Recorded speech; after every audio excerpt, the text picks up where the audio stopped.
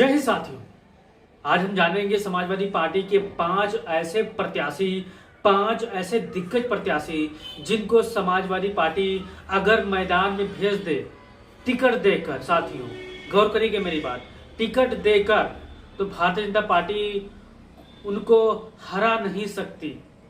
पांच ऐसे नाम हैं, वरिष्ठ हैं, कई बार एमपी भी रह चुके हैं, संघर्ष कर रहे हैं। आज जानेंगे उन पांचों के नाम के बारे में। साथियों पहले तो आप नए समाजवादी साथी हो तो चैनल को सब्सक्राइब कर लो और बेल आइकन को दबा लो। साथियों पहला नाम आता है समाजवादी पार्टी के पूर्व सांसद रिजवान जहीर का। साथियों आपने इनको देखा होगा, मुलायम सिंह यादव के जमाने के राजनीति करने वाले हैं, कई बार एमपी भी रह चुके हैं, कई बार तुलसीपुर विधानसभा से विधायक भी रह चुके हैं, संघर्ष करने वाले नेता हैं। साथियों फिलहाल तो वो जेल में बंद हैं, लेकिन इनकी बात करें तो समाजवादी पार्टी के 2019 के चुनाव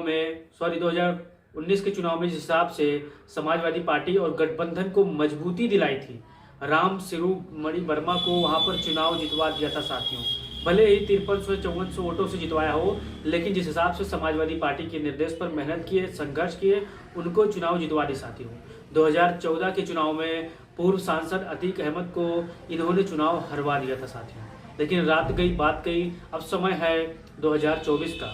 अगर समाजवादी पार्टी अगर चाह ले, अगर इनको मैदान में भेज दे तो जरूर ये मैदान फतेह कर सकते हैं। साथियों संघर्ष कर रहे हैं, फिलहाल तो ये जेल में बंद हैं, किन्हीं कारणों की वजह से। साथियों दूसरा नाम आता है हमारे भीष्म शंकर तिवारी उर्फ कुशल तिवारी का। साथियों आप बहुत ऐसे लोग हैं, ये भी श्रावस्ती लोकसभा 58 से ये भी तैयारी कर रहे हैं। साथियों रिजवान जहीर भी 58 लोकसभा से तैयारी कर रहे हैं, लेकिन समाजवादी पार्टी इन दो दिग्गजों में से किसी एक को प्रत्याशी बनाएगी। साथियों भीष्म शंकर तिवारी और कुशल तिवारी बहुत ही संघर्ष करने वाले नेता हैं। साथियों ये भी बलरामपुर लोकसभा से पूर्व में चुनाव लड़ चुके हैं, लेकिन जीत अंतर का हाल बहुत ही कम था। साथियों 2024 का चुनाव है और जो श्रावस्ती लोकसभा क्षेत्र है ब्राह्मण, मुस्लिम और पीडीए बाहुल क्षेत्र है। साथियों यानी सभी जातियों का समीकरण यहाँ पर अखिलेश यादव जी के पीडीए के हिसाब से फिट बैठता है।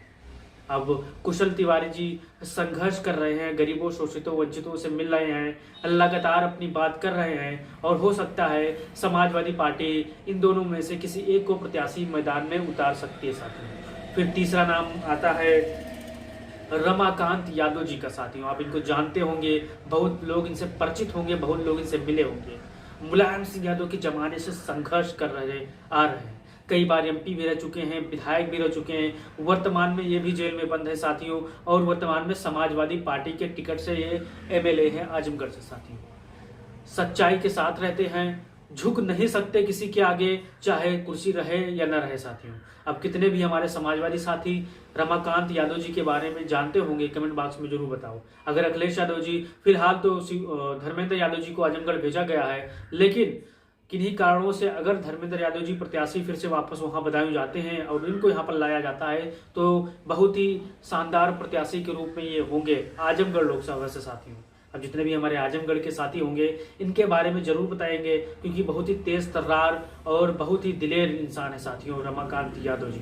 फिर चौथा नाम आता है हमारे अतुल प्रधान का। साथियों ये ऐसे महान नेता है, कह रहे बोलने में जब ये बोलते हैं साथियों, चाहे सदन में हो, चाहे संघर्ष, चाहे सड़क पर हो, एकदम गड़गड़ाहट की आवाज निकालते हैं, एकदम शेरों की भांति बोलते हैं। अगर समाजवादी पार्टी मेरठ लोकसभा से इनके नाम का विचार करती है तो ये साथियों मैदान जिताने का यानी मैदान फतेह करने का दम रखते हैं। साथियों ये सरधना सीट से एमएलए हैं। साथियों सदन में इनकी गूंज बहुत दूर तक होती है, भारतीय जनता पार्टी के विधायक इनके भाषणों से सहम जाते हैं। साथियों और ये वही विधायक हैं जो हमेशा सरकार से भिड़ते रहते हैं, लड़ते रहते हैं, गरीबों के मुद्दे पर, शोषितों के मुद्दे पर और तानाशाही के मुद्दे पर। साथियों अब जितने भी हमारे भाई बहन अतुल प्रधान जी के बारे में वाकिफ होंगे, जानकार होंगे, वो कमेंट बॉक्स में जरूर बताइएगा। इनकी खूबियों को ये हमेशा आपको 24 घंटा जमीन पर उपलब्ध मिलेंगे। साथियों फिर आता है